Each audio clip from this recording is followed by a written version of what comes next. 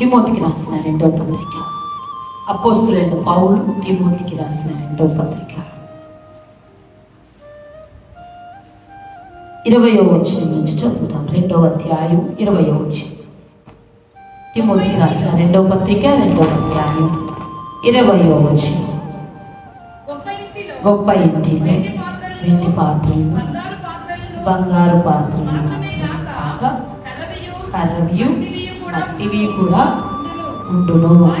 వాటిలో కొన్ని ఘనహీనత వినియోగింపబడును.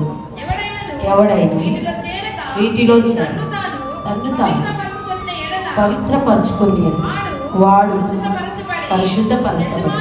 యజమానుడు వాడుకుని అర్హమై ప్రతి సత్కార్యములను సిద్ధపరచబడి ఘనత నిమిత్తమైన పాత్ర అయి ఉండును. హల్లెలూయా. ఇక్కడ మనం గమనించినట్లయితే గొప్ప ఇంటిలో వెండి పాత్రలను, బంగారపు పాత్రలను మాత్రమే కాక కర్రవియు మట్టివి కూడా ఉంటాయని చెప్తున్నాడు. గొప్ప ఇంట్లో 4 రకాల పాత్రలు అన్నట్టు: వెండి పాత్ర, బంగారు పాత్ర, కర్ర పాత్ర, మట్టి పాత్ర. ఇవి ఉంటాయంట. ఇవన్నీ కూడా కొన్ని ఘనతకు, కొన్ని ఘనహీనతకు ఉపయోగించబడతాయంట. ఈ 4 రకాల పాత్రలు ఆల్రెడీ ఉన్నాయి, మనకు తెలిసినవి కూడా ఇవే. కానీ వీటిలో చేరక తను తాను పవిత్రపరుచుకున్నవాడు దేవుడికి యోగ్యమైన పాత్రగా చేయబడతాడంట. హల్లెలూయా.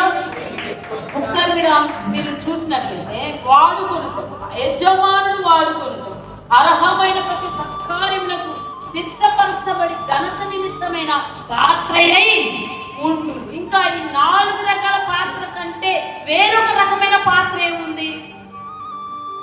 మీరు ఒకసారి ఆలోచించండి. వాడబడితే వెండి పాత్ర, లేదా బంగారు పాత్ర, లేదా కర్ర పాత్ర, మట్టి పాత్ర. ఇవి పాత్రలన్నీ ఎవరు వాడుకుంటారు? ఎవరు వాడుకుంటారు? కర్ర పాత్ర, మట్టి పాత్ర, బంగారు పాత్ర, వెండి పాత్ర. ఈ 4 పాత్రలు ఎవరు వాడుకుంటారు? గొప్ప ఇంటి వారే కాదు, ఎవరైనా వాడుకుంటారు. వాడుకుంటారా లేదా? వాడుకుంటారా లేదా? మొన్న అన్నం కుట్టించిన దేంట్లో?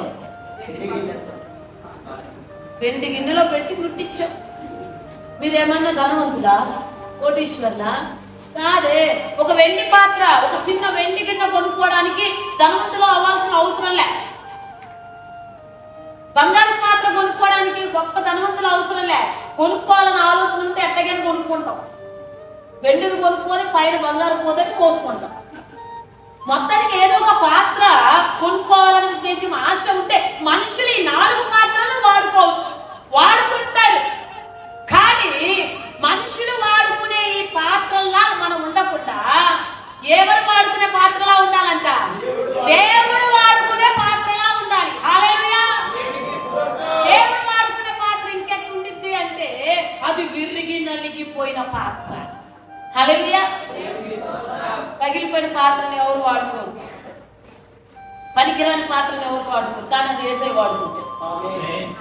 ఎవరు వాడుకుంటారు? యేసయ్య వాడుకుంటాడు. అందుకే 4 పాత్రలో చేరక తను తాను ఏం చేసుకోవాలంట? ఏమన్నాడు? తను తాను పవిత్రపరచుకున్నాడనా. హల్లెలూయా.